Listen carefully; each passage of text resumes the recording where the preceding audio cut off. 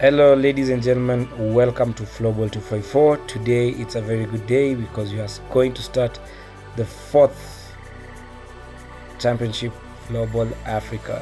We had the first ever championship in Uganda, and then we had the second championship in West Africa, Nigeria, and then we had the third one in Kenya 2019, and now we are having the fourth ever championship in none other than Cote d'Ivoire, aka Ivory Coast. And I mean, this is a very amazing day today as we analyze these teams, the growth and the journey of some of the players and the coaches, and maybe the change of tactic. For those who are not aware, the last championship, Kenya became number one, both men and women, after defeating Burkina Faso. So this tournament starts with Burkina Faso seeking revenge and vendetta, and Kenya trying to defend. Cote d'Ivoire is the only team in Africa that has ever played in the World Qualifiers. So right now it's one of the most experienced teams considering the level of exposure.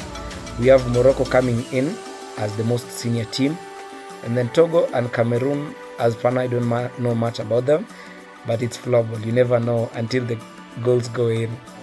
So let us start with the poster. This time the poster was designed very well.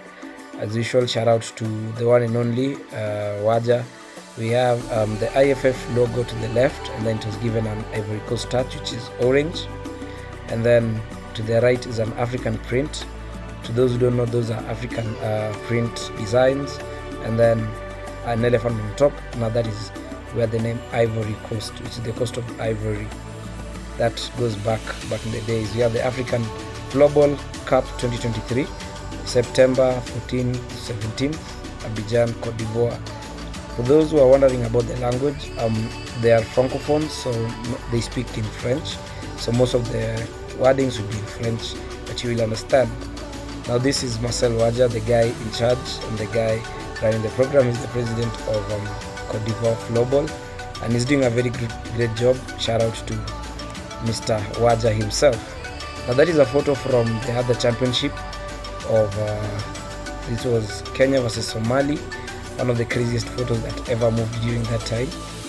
Good old days. Now this is a photo of the previous team winning, which was Kenya, both men and women, and then receiving the awards. So now let's kick it. We have the referees. They're the same referees that officiated the 2019 African Cup. And it's a good thing. They already came. I'll send the photos later, but they already came to Cote d'Ivoire and they're ready to do their work.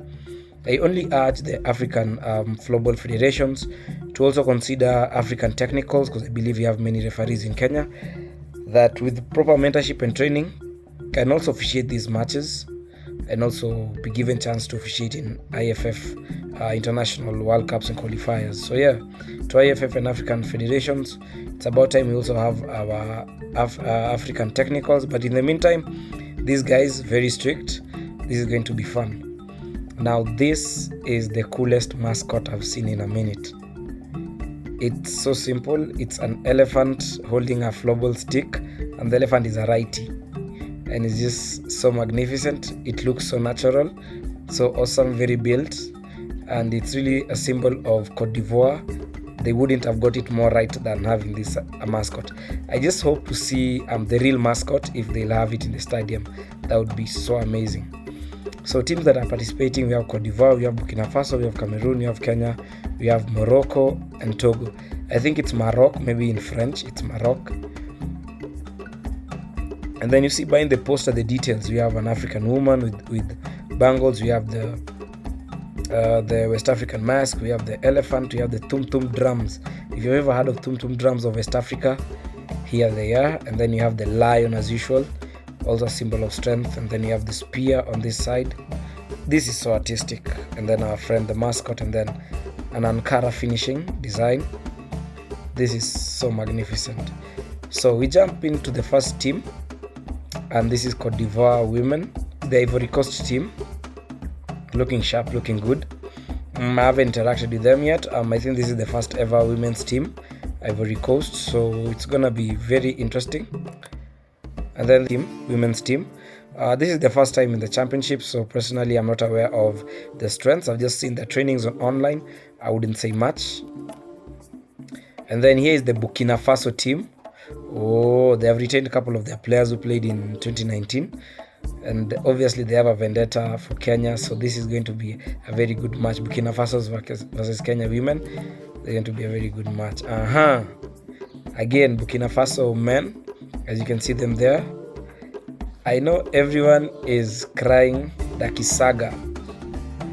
Dakisaga is a very good player, probably one of the best players in Africa right now.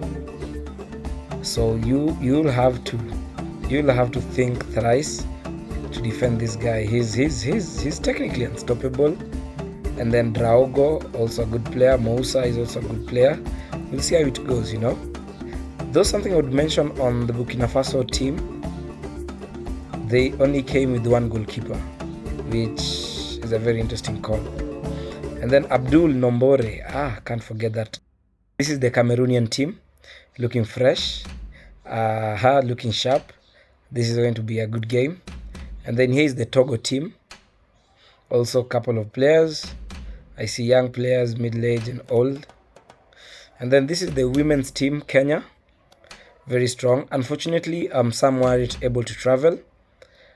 But yeah, from the previous team that played in 2019, only one player has been retained, and that is Kaibei Miriam. New blood, most of the coaches went for the new blood, which is also a good thing. We'll see how it turns out. This is the men's team. The senior most player is Atenya Moses, who's also a very great player and very precise, plays as midfield. Very interesting to see. And then Kihoti Daniel, first time as a goalkeeper, but he's earned it. I've seen these guys train, and I kid you not, this is going to be a very good championship. And then Burkina Faso has their coach Goran. Goran, if you're seeing this, what's up? What's good? One of the most tactical coaches I know, and he's coaching the Burkina Faso team, so this is going to be awesome. And then we have Jean. I don't know if I've said it well. Jean from Belgium. He's the national team head coach for Cote d'Ivoire team, and probably he's coming up with things that we are not aware of. But then this is Africa. It's always entertaining. At the end of the day, we learn more than we win. And then for Kenyan coach, the ones in red will be Maina and Akosombo. They were also in the previous team for the coaching for the national team 2019. They were part of that technical team. They're only missing Sir Jacob Nyaudo, who's not around, relocated to another country. But yeah, other than that, I mean, this is gonna be a very good match. And then I see Marcel Waja here. Marcel, thank you so much for hosting everyone who's coming through. We are so grateful. So yeah, that is just a basic interview of how the African Championship has been planned. The teams that we have: Morocco, Cote d'Ivoire and Kenya. So we have Morocco, Kenya and Burkina Faso in one pool, and then you have Cameroon, Togo and Cote d'Ivoire in another pool. I believe the best two will go to semis and then finals. So you tell us in the comments below, which team do you think is going to take it home? Thank you. I was Ogola James Otieno, your host, Floorball 254. And how would you know it is African if I don't have the African show with me? Cheers and stay tuned for any updates. The games will be live on Facebook. Go and check Cote d'Ivoire Floorball, Cote d'Ivoire Floorball WhatsApp group. It's written in French. I can't really pronounce it much, but just write in English Cote d'Ivoire Floorball group and you'll get all the details you need. Thank you. This is Floorball 254. Cheers.